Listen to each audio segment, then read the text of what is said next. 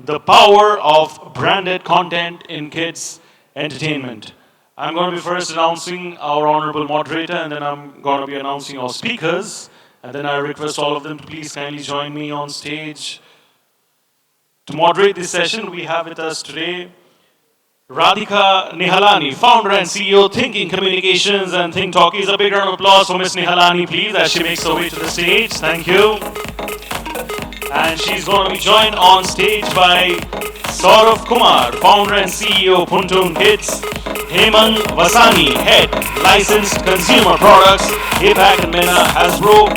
Dhruv Sayani, founder and director, TV Kids. Neha Marhani, category head, Minimal Consumer Healthcare. Nikki Arora Singh, co-founder, Blue Tribe Foods and Claw Snacks. Ladies and gentlemen, a big round of applause for all our speakers and panelists, please, for the session. Thank you so much. I request all of you to please take your seats. Thank you. Complete paparazzi moment indeed for everyone. This is the moderator seat, so yeah, perfect. Sure. All right, so the stage is set. You have your mics and water bottles in front of you. The timer is over here, and I believe we can begin. So thank you so much, and over to you, Ms. Nihalani. Hi all. Thank you for coming here. Thank you all for joining. Like I said, for a second I thought nobody's coming on stage and I was just looking here and there. So we'll quickly get into it. Just personally, I think that it's a panel that I'm very excited about, not just because I'm a publicist, but I'm also a mom, so it's something that I naturally kind of gravitate towards. And I really feel like, the power in branded content for kids' entertainment, the true power lies here because it's not just about reach, it's not about numbers, it's really about value, it's about influence, and it's about impact. And it's that center point where, storytelling and responsibility and business outcomes, all three come together. So we'll straight get into it. So my first question is for Saurabh. And Saurabh, I would really like to ask you, why kids entertainment? Do you feel like it's such a powerful space? And when it comes to branded content, is being subtle or being direct? Which is a better route to kind of go for? So I'd like to open with you. I feel, if you're targeting to the kids, it has to be subtle, right? You cannot do the direct marketing, And uh, when we are creating content for kids, right, you need to be extremely careful, right? What kind of communication you are doing it, right? At what interval of the video the integration is coming into it, and who is talking about the brand, right? Is it the protagonist? Is it the parents, right? That is also very super important about it. And when we do any brand integration on our network of channels, right, we we we we look after all those points, very closely, and then only we present those content to the kids. No, fair points. And also, just to let you guys know, whoever has an input while the question is directed to him, so but please feel happy, kind of jump in so we have a more I would like to, engaging. Yeah, please. yeah, I would like to add few more points, right? So when you are targeting to the kids, it is very important that your branded content falls into triple E format. The first E stands for entertainment. That means the content which you are creating, it should entertain the kids, right? That's the first thing we look after in our communication. The second is education, right? Are they getting any subconscious learning out of this video? There's a reason why I said triple E. The second E, that where if it has a educational element into the video, then the parents will allow them to watch the entire video. And the third E, right, which is embed, that means the integration should be embedded in such a way that it should become part of the story. So the triple E format is extremely important, right, when you are doing the branding, when you're doing the branded content on Kids Content Network. Also, just if you'd like to share when it comes to like content creation and integrating brands, like what are the plans that you guys have at at your platform? So in last 7 years, right, we have understood, right, what kids want, what kids' parents wants, right, and what brands wants, right, because both all the three things are important for us. So accordingly, we plan our content programming. The content programming again has three elements. The first is culture, the second is curiosity, and the third C is curriculum, and we weave our programming into these triple C format.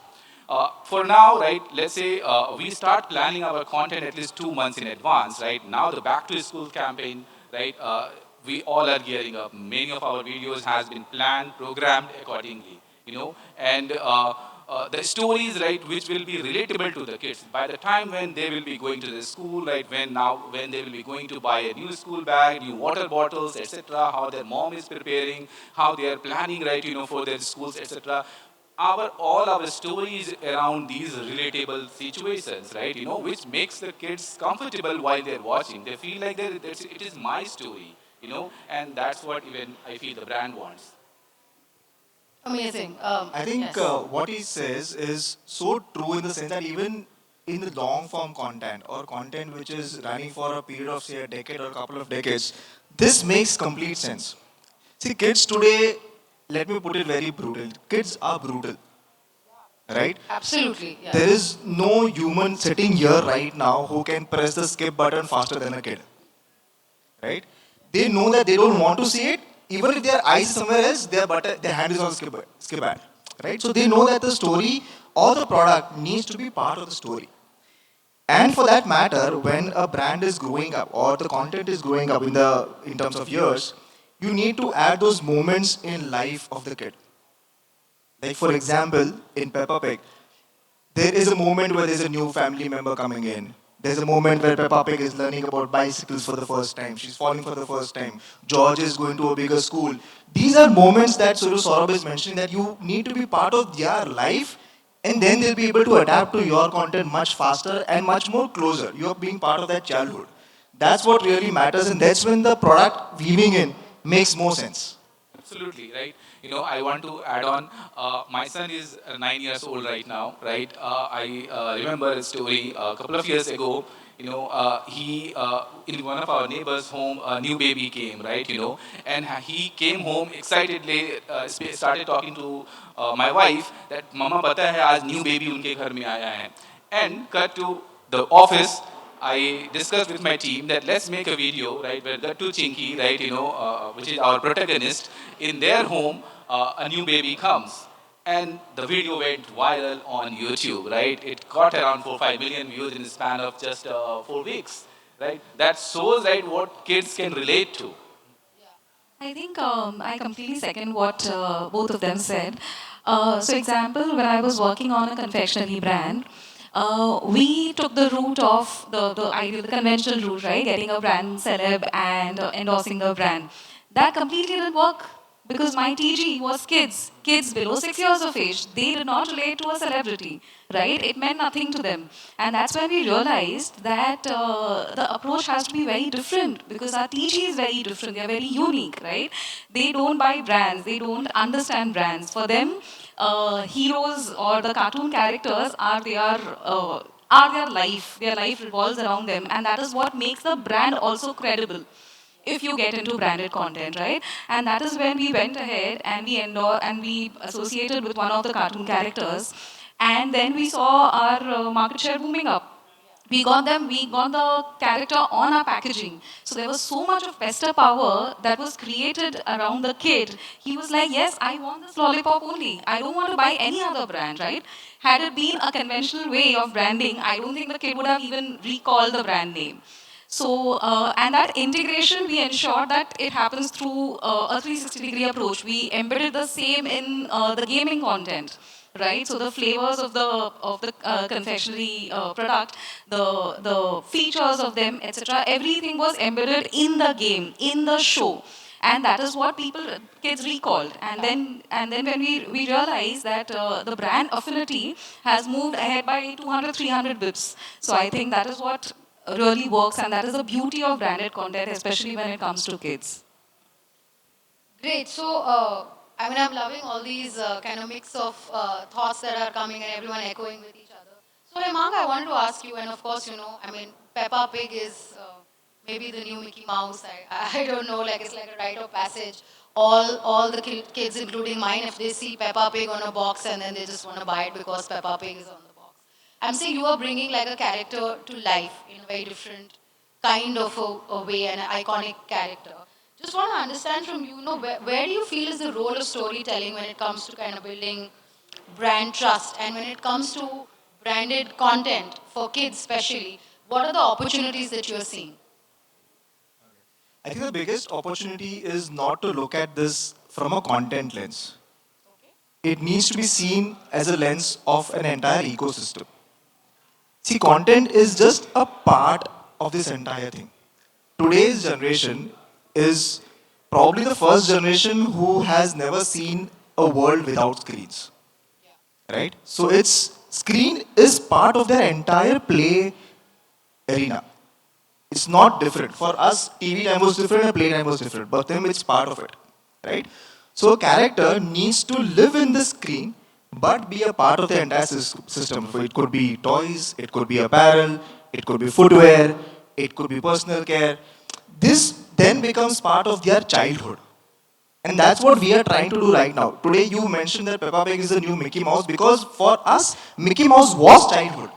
Absolutely, yeah. Right. It's a rite of passage, right? Exactly. So right now, all the IPs that are doing good are doing the right things. They are being part of their childhood, and that's more important. The other important opportunity is localization. See, these are all global brands. They need to be global, but they need to connect to a local kid as well. Right? We don't expect Peppa Pig to talk in Hindi. But if Peppa plays Holi, that's connection. That's where the game is actually much bigger than what we really think. For that matter, any character. There are licensees who have done very well. For example, Soul Store, not just for kids, for adults also. They had done an Indian version of all those Marvel characters, right? Barbie. Barbie became a movement when the movie came out, Absolutely, yeah. right? So it's not just about the content on screen, it's about this entire world that you create around the IP that makes it more, more livable And and you part see of the life. and the localization of it, even like a Barbie, ties up with an Anita Dongre and creates Exactly. a Diwali edition. So you kind of bring that local flavor, which Correct. becomes very important for global brands when they're looking at Correct. different markets. Yes. Sorry, are you adding on to something? So the localization, we took it a bit more seriously, right? At Puntun Kids, the entire brand, the characters, they all are local. The first, when I started 7 years ago, the first thing which came into my mind was Indianized content. Majority of the brands, majority of the companies were importing content from different part of the world, but they were not able to connect it to the audience. So we thought that why not create a content, the character, which is our own character, right? Who resembles our kids, right? Who works, behave, talks like our kids.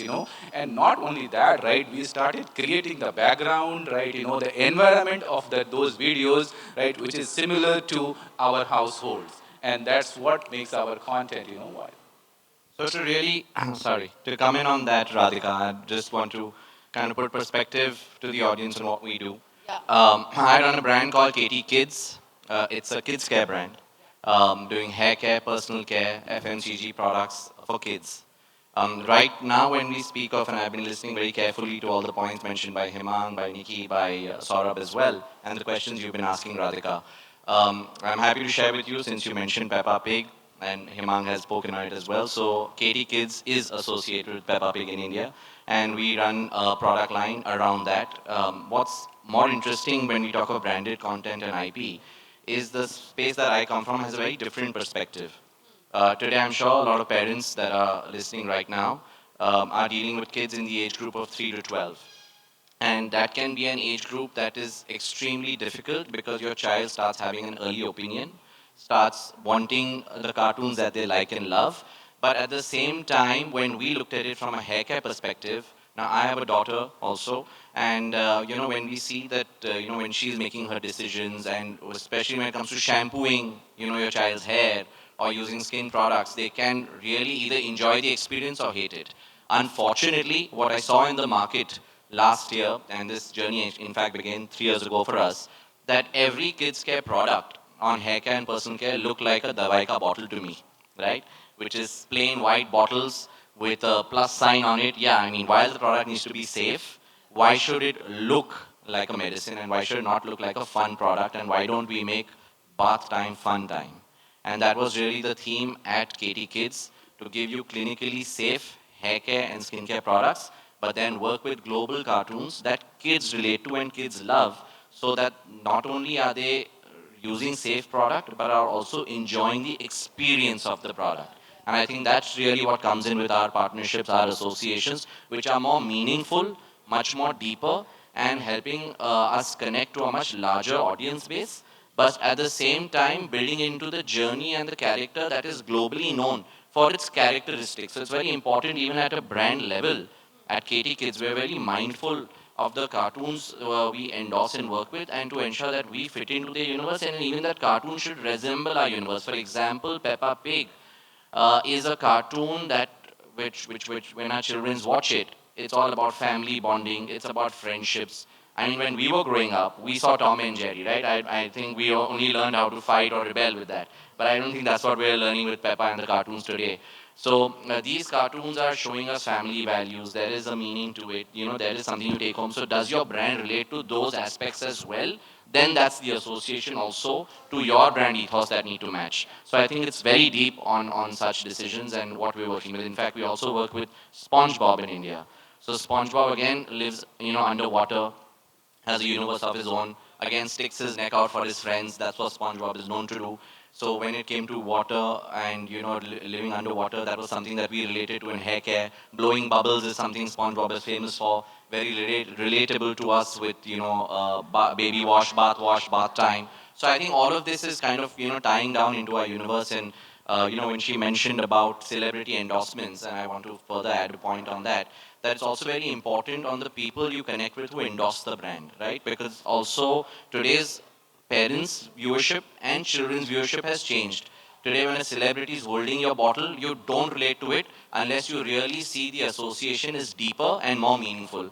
And today, with Kareena Kapoor as a part of our journey at Katie, we see that at Katie Kids, when she comes across as, as she's a serious mother, she's very involved and hands-on with her kids. And when she's also further endorsing both of these aspects, I think the association becomes far more powerful, meaningful, and it reaches the audience at large. All very interesting points. I also want to understand that, what are the challenges that come when it comes to kind of branded content from kids? And happy to hear from you and everyone else as well. Since it's an extension of what I was just speaking on, I'll just take that first. The challenge initially is that because your bottle looks fun, is it safe? And I'm sure anyone who's dealing with product will come across that, especially the product category I'm in.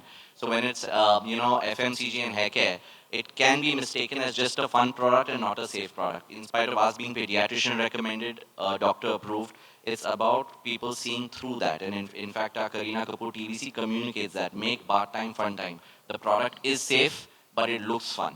And I think that's the Xylo mindset that we've attempted to break, and I'm very happy to share with you that to a large extent we have, where parents are seeing through it, that they're reading the claims, they're reading the safety angles, and they understand the brand's association is to make a parent's journey easy. And I'm sure any parent over here may have gone through this journey where you're worried about showering your kid or washing your son or daughter's hair or making them shower because they don't want to sit in the water. They want to come out. So they want to come out. You're stressed. The child is stressed, and it's a daily exercise. Now, why should it be stress? And I feel that's really where we wanted to come in and break that myth, and wanted to create an experience that both enjoy.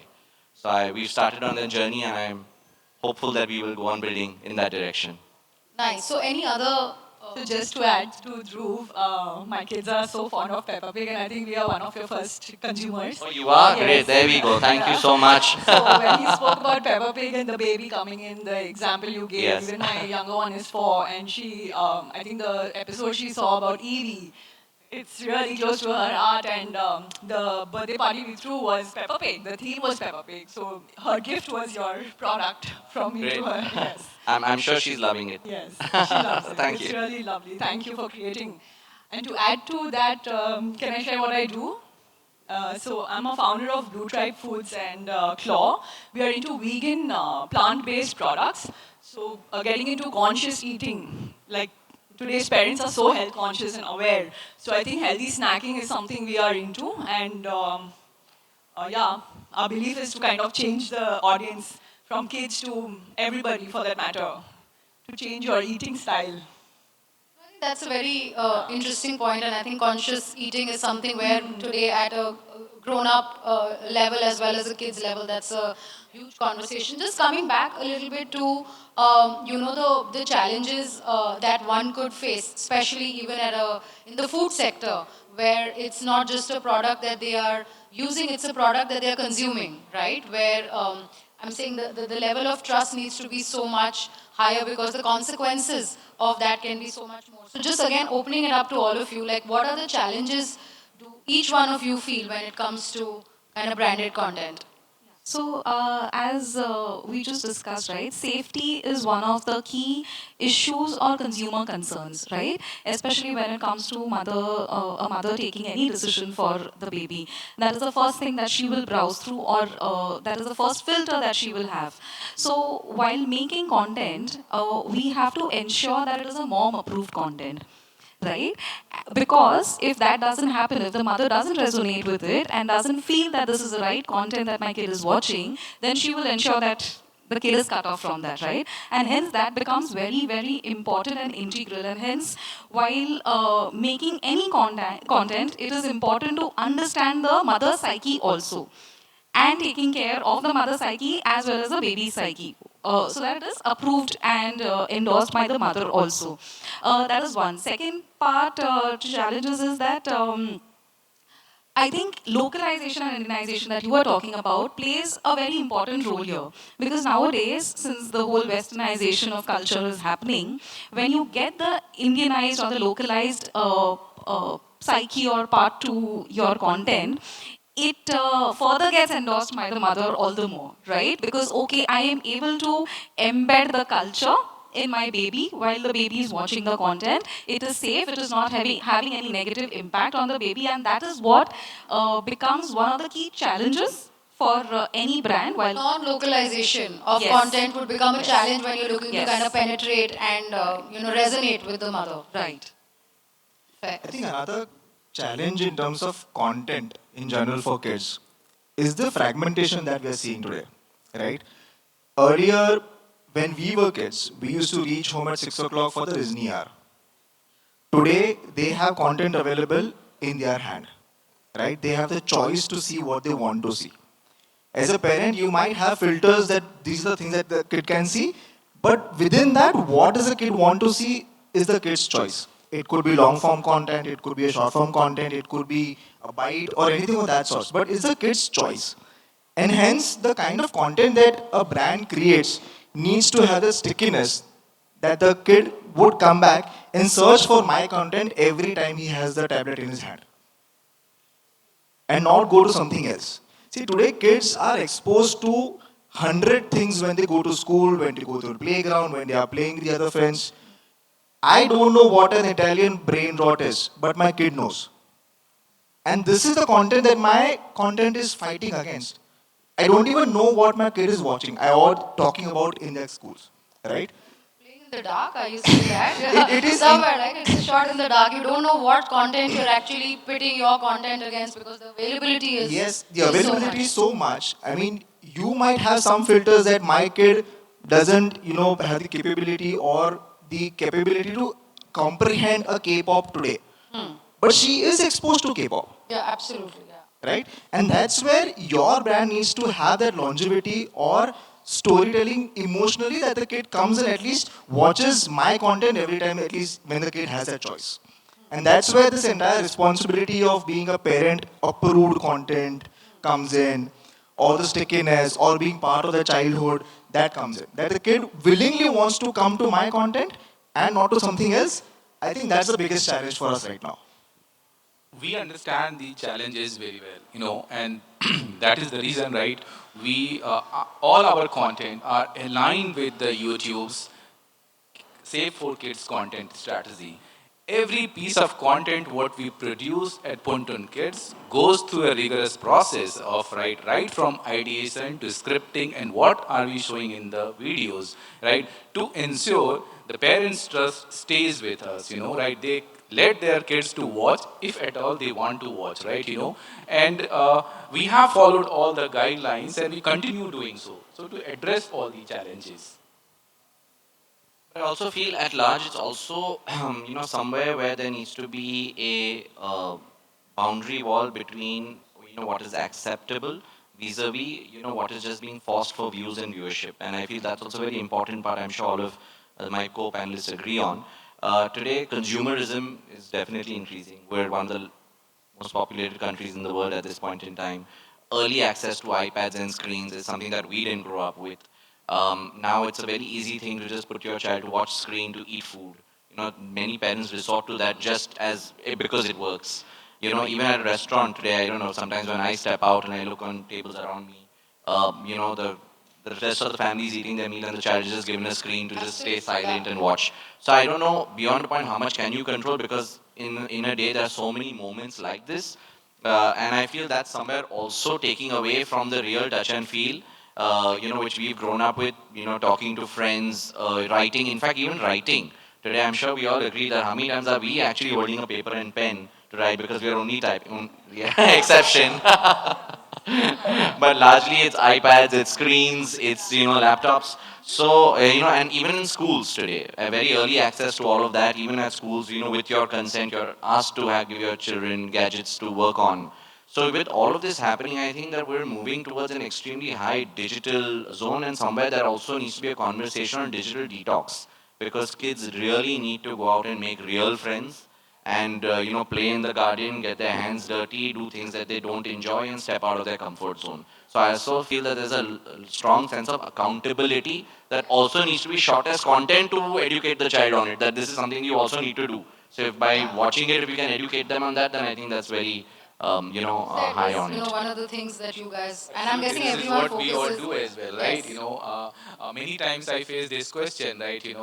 Whether you are building a content brand, right, where the kids will be watching videos on screen, and at the same time, right, they ask me question. Whether it is right to watch so much screen, right? So we understand, and we always try to strike a balance, even at home and in office, right? At home, my son is 9-year-old, and in office, while I do the business, right? We create content, right, where we tell the audience, tell our kids, right, what is important for them, right? You spoke about fun time, right? We also tell the kids, right, of how important is the fun time, how important it is to going out and meeting, right? How important is empathy, how important is kindness. These are the things we tell our kids so that, whatever they watch, whatever time they spend with us, they learn something and they actually go out and play and do those things.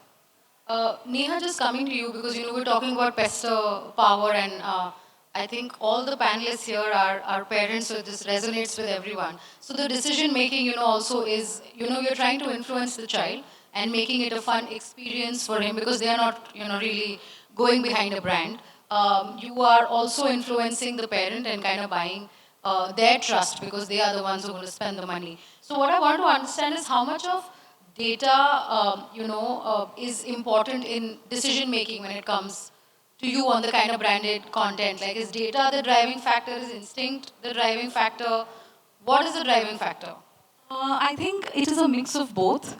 It is not only data because these decisions are very, very emotional based instead of rational based, right? It is not about the feature of the product or the functions of the product that the baby likes or the mother likes. The mother is forced to buy something because the kid likes it, and the kid's decision is completely emotional, which is why instinct plays a huge role here, right? And hence, I think. When it comes to mother making a decision, it is all about understanding her psyche and understanding why is she approving and what is it that is leading her to approve what the kid is forcing her to do. Because there are a lot of things that even though our kids today force us to do something or to buy something, we still don't, right? Because we know it is wrong. Then let the kid rant about it, let the kid cry or whatever, but we ensure that we don't. And hence the approval and understanding the consumer psyche, which is the mother here, becomes very important because it's very highly instinct based. I think, because you mentioned pester power, it's actually a layer above that. The kid is never asking for a product. The kid is actually asking to be a part of something else. They want to be a part of a game that their friends are playing. They want to be a part of the world that the character is living in. They want to be emotionally belonging somewhere. Which we were just talking, like as a child, like, you want to belong. You don't want to stand out. Yeah. Exactly. So today, even if a kid is asking for a Nerf blaster, it's not the product. He wants to play with his friends, and Nerf blaster is helping him do that. It's more of a belonging than a product master. That's where the entire emotional game comes in. I absolutely agree with what you said, right? Last year we did a branded content for a brand called Gridjo, and we did the video, right? We went live, etc. After 10 days, when I at home in the evening when I reached, I saw a Gridjo pack on the dining table, and I asked my wife, right? Who sent it? He said, then she said, right, my son Saksham, he ordered this and he saw this in the video, which we made it at Puntun Kids. So, uh, how kids convince their mom, right, and the reason I understand is the kids want to see what their favorite characters are doing it, right, and they try to implicate that. And that's how the best of power, I feel is coming. No, I think that we have discussed that, how important characters are truly the heroes in the child's life and what kind of influence they have. Nikki, just coming to you, like you mentioned, you guys are creating a world of healthier food options for children. So how do you use content to kind of deliver that message? And especially, like I said, for you, it's even more, I won't say tricky, but it's more delicate because it's something that the child is consuming. So the level of trust you need to build with the content that you're creating becomes so much higher. So how do you kind of do? So, just to add, our company started in 2020, which was COVID times. I think we were the believers at that point when people were dreaming of starting businesses, but we actually made it happen. And our main focus, that time Virat and Anushka were our brand ambassadors for 3 years. And for us, it is main having a clean label, as you correctly said. Now children, parents, everybody is so conscious. So we are making sure that our labels are very, very clean. It's protein, it's nutritious, it's sustainable, and that's where we belong.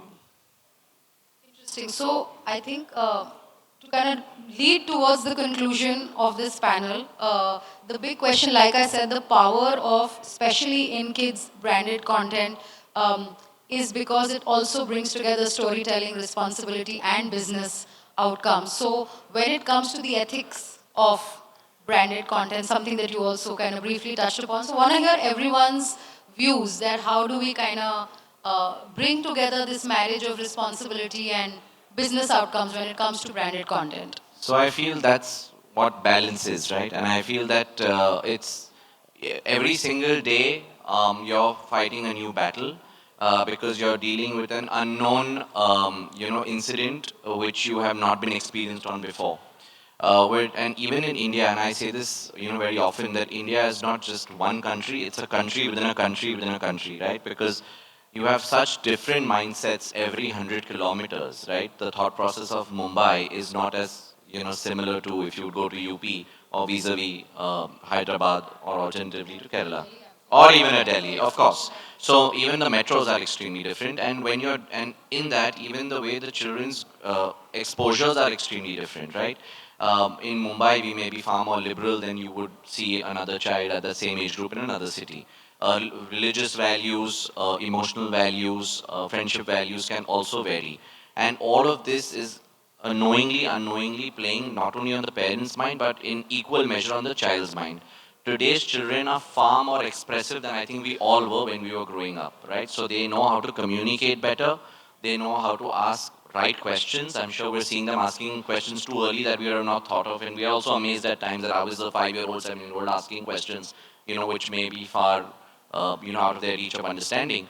But that is because of this content exposure, and at the same time, on the values that we are unknowingly seeding in. So we're dealing with a much smarter lot of next generation kids, who therefore we need to train ourselves. So I don't think any of us are trained to deal with Gen Zs. And we all are learning that, and now I know, now what are we in Gen Alpha, Beta, we move somewhere else on it now. So I feel that we therefore need to go on up, learning, sometimes even unlearning and relearning. And this is really an evolution that will continue till, we don't see it all aligning together. And this is really where I come from, on a conclusive point, that the way the country is growing and the exposures are growing, and brands like hers and mine and many others are, adding value to the larger Indian ecosystem. Global partnerships are helping us reach to a larger audience much faster, and therefore our accountability shoots up 100 times more on everything we do, on what we speak, what we write, what we say, and how we communicate or even advertise.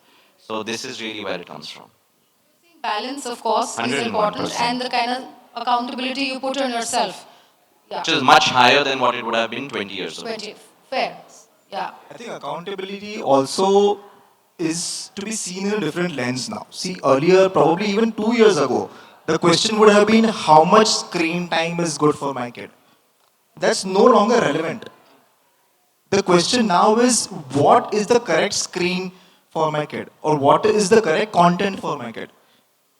Screen time is no longer a question now. It's part of their education, it's part of their life. And it's acceptance, right? It's At a acceptance. parent's level, who has not grown up on screen, was trying to fight it, is now accepted Correct. that this is a part of their daily, Correct. almost curriculum. Curriculum. And for that matter, like you mentioned, we need to learn a lot of things before we even talk to our kids. I don't know what do I talk to my kid about AI today. I genuinely don't know. So I need to learn that first before my kid knows that. There might be a chance my kid might teach me, Yeah. for all you know, that this is safe for you, dad. Yeah. Very likely. So that's the world that we are actually moving into, where we will need to learn much faster than they are, and we are actually slower than them. We are neurologically slower than them, whatever said and done. They are faster than us. So that's the question that we need to probably ask ourselves from content creation perspective, from product creation perspective. How do we evolve for this next generation? Fair. I think they both have summed it really well. I think the whole onus lies on the brand and the brand owner while making content, because we have to understand how much of an influence it is going to be on that kid, right, who's going to be consuming your content or product. And that is why showcasing, firstly, from the brand ownership end, you have to be very clear as to what your brand stands for, the ethos of your brand, right? And then you have, the second part is that you have to ensure that you're showcasing it in the right light. Because if it is showcased in even the subtlest negative manner, that kid is going to consume it, and that kid is going to follow that. Why? Because that brand, or the cartoon character is his hero, right? He's going to follow him blindly, and hence that onus and that ownership is very high, and you have to be very careful. Example, if there's a branded content and if you show somebody consuming the product and maybe that cartoon character is then throwing off the wrapper, right? What are you showcasing? That, okay, it is okay to throw the wrapper anywhere around you.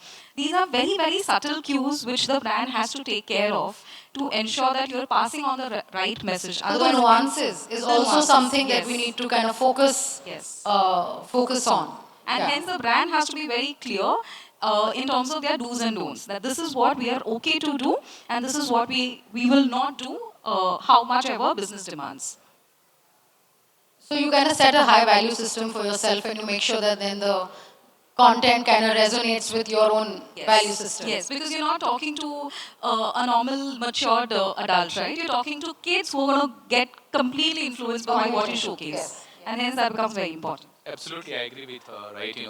It is important, right, how that branded content is being shown, right? What their favorite characters are doing, right, which eventually they will mimic in their life, they will adopt in their life, right? It's very, very important. See, it is today's alpha kids are born with digital content consumption behavior, right? So you cannot avoid that. However, the content which is being consumed, right, that needs to be worked on, and we have been extremely careful, right, even when we do any brand collaboration, right, branded content creation, right, we ensure that whether these informations are important for the kids or not, right, and if it is important, then what is the best way to present those information to the kids, so that they shouldn't have any adverse effect on that, right, and that we have been extremely careful about it. Fair. Nikki, anything Just you'd like to add? Yeah, just to conclude, I think they've covered up pretty much. Coming to the Gen Z, what you mentioned, it's not only about kids. Yeah, we are talking Gen Zs also today. I think they're the harder audience. They're so aware. And coming to K-pop and stuff, Claw is the product which is India's #1. Sprouted snack sticks, which is baked. And I think it goes really well with this generation. People are healthy, they're into sports. Pickle Paddle is picking up so well. So when it comes to content creation, we are talking to mom influencers because I think they're the right audience for us to get reach to the kids and to kind of enjoy our products and taste what we are building. Absolutely. No, mom influencers, I think, play a huge role. I think also when you're a mother, you rely a lot more on other mothers, so that community, building becomes very strong. Just to add, Claw, we are building a community. We just launched on the 29th of March, and our core motive is we want to make this a movement. We want everybody, every household to have Claw, change the whole direction, the mindset of the younger kids in India. Amazing. I can see the timer is not giving us much time, but just as a closing remark, any future trends that we see in terms of branded content for kids coming up? Anything anybody would like to add before I believe a buzzer goes when Yes. it is when the time is up? So I would like to add one thing, right? Characters are the real influencers for Gen Alpha, right? And that's what we need to understand. I would also want to add constant relatability as the final remark, that it has to be relatable, it has to change, it has to evolve with every passing year. and relatable to the child and to the parent. Absolutely. It's the balance. Yeah, that's the balance. Yeah. And I think it's the emotional loyalty towards the brand as well, which Yeah. kids kind of relate to. So that has to come out really strong. Absolutely. I think being real is going to really stand out maybe some years down the line, because with AI and all of that coming in, now consumers, in fact, we've seen that trend happening from now itself, right? With AI evolving, people want to see real things now. And Yeah. hence being real is going to maybe become the future. For me, storytelling is probably the biggest trend because content will keep evolving. People will keep switching to new and new characters. As long as your character tells the best story, people will keep coming back to you. I think all fine points, and just at this time, the time is up. I mean, I could go on for very long as a mom and a publicist. Like this is, like I said, this is something I gravitate towards. I could have this discussion with you guys for very long. But thank you so much for such insightful insights. It was great for me. I hope it was great for all of you as well. And thank you so much. Thank you so much, Radhika. Thank you. Thank you. Can get a lot louder. Thank you so much to all of you over here. I'm going to request all of you to please kindly remain and wait on stage. And in the meantime, I'm going to be calling upon stage Mr. Mahindra Gambhir, Director of Kidzania India. Please kindly come up on stage and give the token of precision to our esteemed speakers over here. And a big round of applause for Mr. Gambhir as well, please. Can we have all the token of precision on stage?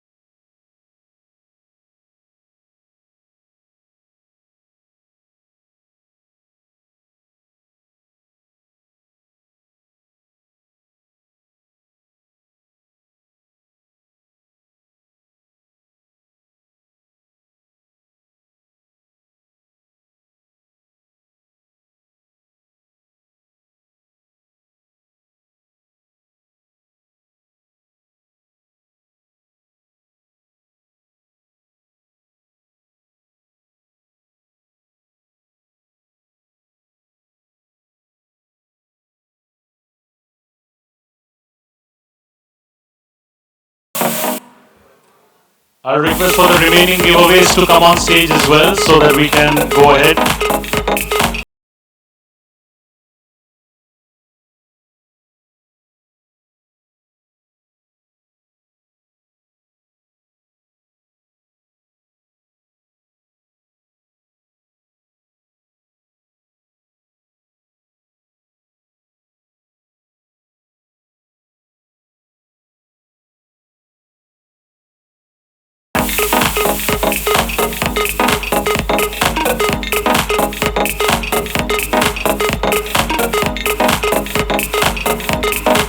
Can we have the remaining goodies on stage, please?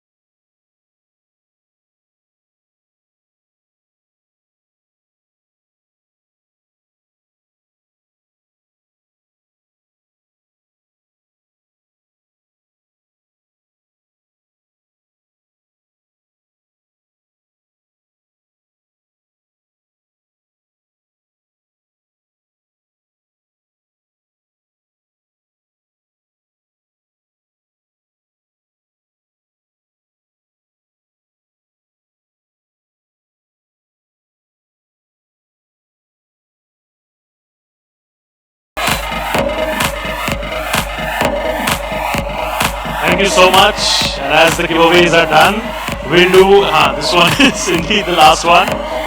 And just one final thing remains, which is a superb group photo of all of you together. So I request all of you to come a little at the front, please. With all of this. I know it's a task. Maybe you can keep it in the chairs behind you if you want. I think that's more convenient. You can get your photographs clicked and then you can take this.